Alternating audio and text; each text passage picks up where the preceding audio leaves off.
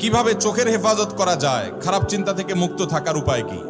চোখের হেফাজত করার একমাত্র উপায় হলো চোখকে অবনত করা, অর্থাৎ যেখানে চোখ ফেললে আমি গুনাহ থেকে বাঁচতে পারবো না সেখানে চোখ ফেলা যাবে না। আল্লাহ বলেছেন, কুল্লিল মুমিনিনা ইয়াগুদ্দু মিন আবসারিহিম ওয়া ইয়াহফাযু ফুরুজাহুম। হে রাসূল, আপনি ঈমানদার পুরুষদেরকে বলে দিন তারা যেন তাদের চোখগুলোকে নিয়ন্ত্রণ করে, দৃষ্টিকে নিয়ন্ত্রণ করে, অবনত করে এবং তাদের ইজ্জতকে, সম্ভ্রমকে, লজ্জাস্থানকে হেফাজত করে। অতএব আপনি চোখের হেফাজতের জন্য চোখকে অবনত করতে হবে, চোখকে নিচের দিকে তাকিয়ে হাঁটতে শিখতে হবে, যেখানে সেখানে তাকানো যাবে না। নবী করিম সাল্লাল্লাহু আলাইহি ওয়াসাল্লাম বলেছেন, আমি চলে যাচ্ছি তোমাদের জন্য মেয়েদের চাইতে বড় ফিতনার বিষয়, অর্থাৎ নারীদের দিকে তাকিয়ে চোখের জেনা করে, মনের জেনা করে, নানাভাবে জেনা করে তোমরা ধ্বংস হবে।